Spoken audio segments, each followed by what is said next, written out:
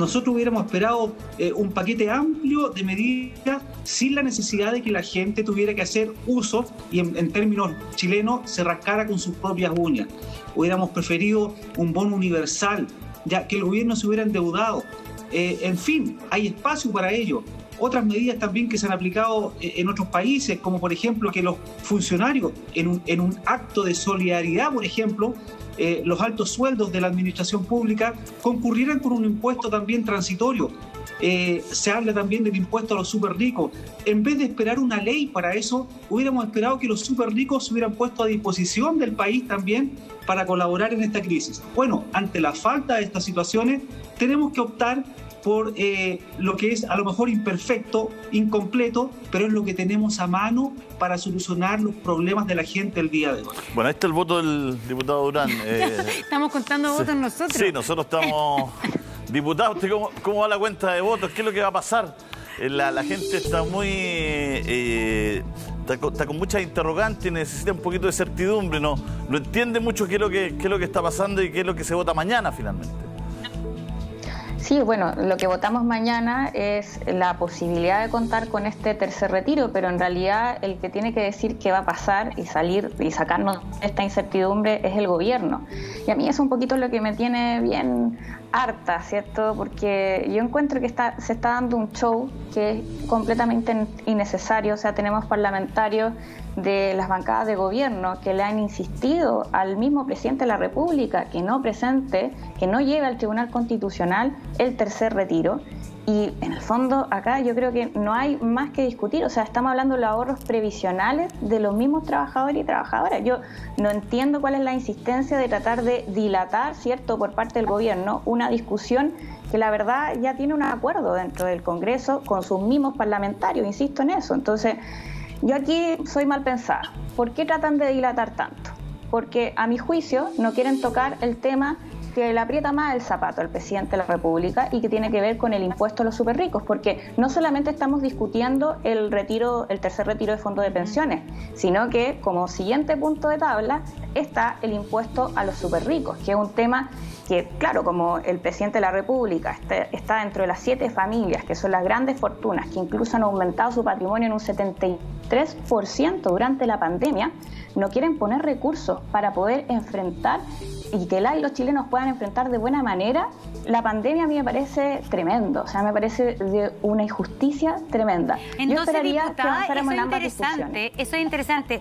¿Usted cree que finalmente este rechazo no tiene que ver con esta famosa medida permanente o transitoria, sino porque esto está unido, el proyecto de ley, al impuesto a los superricos?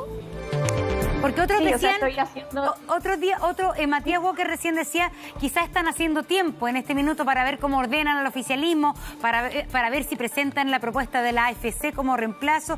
¿Usted lee esto como una forma de también la posibilidad de parar el impuesto a los superricos, que sería una forma de financiar el hoyo que se produce en las pensiones producto de los retiros? Claro, es que a mi juicio están tratando de desviar un debate que en realidad lo han dicho incluso organismos internacionales. El FMI, la ONU han señalado que es necesario avanzar en esta materia porque es de toda lógica que cuando estamos viviendo una crisis sanitaria como la que estamos viviendo en todos los países del mundo, se necesita que los que más tienen también contribuyan. De eso estamos hablando. Entonces, a mi juicio, no vaya a ser que de nuevo todo esto, que esta dilación que estamos viendo, termine nuevamente en que el presidente de la República presente como proyecto de ley propio un tercer retiro de pensiones, porque todo este tiempo habrá sido en vano, habrá sido simplemente dilatar una ayuda económica que necesitan con urgencia las familias. Es decir, usted dice que igual es posible que el gobierno haga lo mismo que en el segundo retiro. O sea, creo que esa posibilidad, yo, a mi juicio al menos, yo obviamente que dentro de la conversación que está realizando el gobierno con sus parlamentarios deben haber varios aspectos que se estén conversando, pero ya sea mediante el retiro de fondos de pensiones o mediante la posibilidad de que se recurra a los ahorros del seguro de cesantía, ambas formas son que sean los trabajadores quienes respondan con sus propios fondos, sus propios ahorros a la pandemia. A mi juicio están tratando de evitar un debate que es mucho más profundo y que a lo mejor le aprieta ahí el zapato porque es el mismo presidente de la República el que va a tener que contribuir. ¿Cómo lo ve usted, Fuad? Mira, yo creo lo siguiente, creo que la negativa del gobierno es subir la carga tributaria a los que ganan más. Recordemos que el tema de las exenciones, el ministro Briones, cuando asumió, señaló que en marzo del 2020 iba a tener una propuesta para terminar con las exenciones, que significan del orden de 5.000 millones de dólares al año, por lo menos. Otros hablan de 9.000 millones de dólares al año. Bueno, se fue el ministro, hoy día es candidato, y no avanzó un metro el fin de las exenciones tributarias, entre ellos la ganancia capital de las acciones con alta presencia bursátil, los especuladores en la bolsa que utilizan plata de otros para ganar plata muchas veces. Esos son 9.000 millones. Eso, Watson, creo que ese impuesto a esos movimientos accionarios son de 9.000 millones también.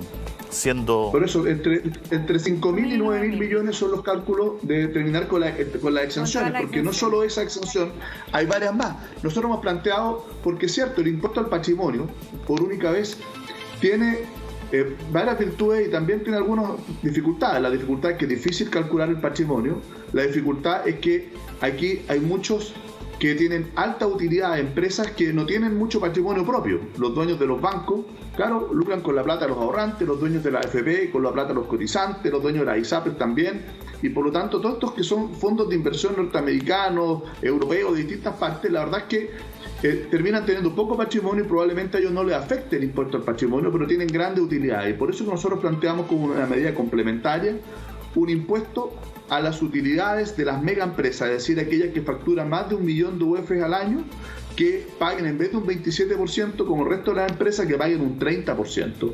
Y creo que con eso podríamos perfectamente financiar esta famosa renta básica universal y que la gente no tenga que estar gastándose sus ahorros ni para los tiempos de cesantía ni para los tiempos de vejez. Como el gobierno se ha negado a eso, se ha negado a aumentar la carga tributaria, a pesar de que lo dice la OCDE. Siempre nos queremos comparar con la OCDE. Cuando la OCDE nos dice que tienen que hacer una reforma tributaria, bueno, parece que este gobierno se olvida de que estamos en la OCDE. Y por lo tanto nos queda esta alternativa, que es el tercer retiro. Pero yo lo quiero decir con mucha claridad, porque creo que es decirle a los televidentes, si se transita por el camino de la modificación transitoria de la Constitución, sabemos que si no tiene el patrocinio del gobierno y va al Tribunal Constitucional, aunque se apruebe en el Congreso, se va a caer en el Tribunal Constitucional porque ya hay un fallo, hay un precedente. Y por lo tanto, quienes dicen nosotros estábamos por el camino de la reforma transitoria, lo que están diciendo es que, claro, iban a votar a favor, pero al final la gente no iba a poder retirar su plata porque el Tribunal Constitucional iba a decir que no. Es como sacar las castañas con la mano del gato. Y por eso es que es tan importante esta reforma permanente, donde se autoriza en definitiva en la Constitución, en las normas permanentes, la posibilidad de poder sacar este tercer retiro, porque ahí todas las objeciones del Tribunal Constitucional se caen y por lo tanto ese proyecto perfectamente podría pasar por el Tribunal Constitucional y se podría hacer el retiro. Yo valoro lo que dice aquí el diputado Durán, que yo igual ahora, a pesar de que ayer se abstuvieron, van a votar a favor de las normas transitorias. Necesitamos 3/5 ahí, ¿no es cierto?, de acuerdo a la indicación que presentó el diputado Walker con el diputado de la Vaca. Hay otra norma, otra indicación que requiere 2/3. Bueno, necesitamos tener estas mayorías, ya sea en una alternativa o en otra, para poder lograr el objetivo, que en definitiva la gente que hoy día se ha quedado sin solución. La diputada Yomas decía con mucha, sentido de realidad, decía, estos recursos están para la seguridad social. Es cierto, están para la seguridad social, pero la primera seguridad social de la gente es sobrevivir. La primera seguridad social de la gente es poder tener recursos para no tener que desafiar las cuarentenas y tener que salir a trabajar. La primera seguridad social, ¿no es cierto?, de las familias que hoy día no tienen ingreso y que no les llegan los apoyos poder comer. Hay un dato que es muy relevante, solo un 75% de las familias del 40% más pobres ha recibido alguna ayuda del gobierno durante la pandemia. Solo el 75% de las familias del 40% más pobres. Y la clase media han sido casos pero contados, escasísimos, la gente de la clase media que le ha llegado algún tipo de apoyo. Entonces, si ni siquiera le llega al 40% más pobre, imagínese a la clase media. Y por eso que la única respuesta para la clase media, que muchas veces es la gran olvidada, que como alguien dijo por ahí, ¿no es cierto?, están en la boca de todos y en las manos de nadie, y que en realidad es cierto, ven como única alternativa este retiro, no solo para ellos, sino que muchas veces para poder ayudar a un familiar que está hace tiempo sin empleo, ¿no es cierto?, o para poder pagar las deudas propias o de su pyme que lleva mucho tiempo sin vender.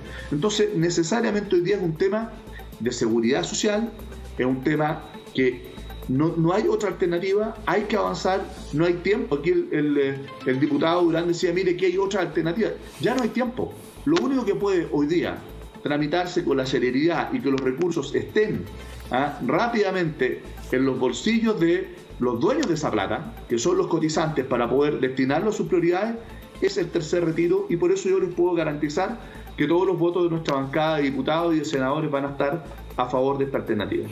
Ya, solo quiero saber, pero parece que usted no está... que ahí se rebota mi voz. Deben tener abierto el retorno en alguno de los...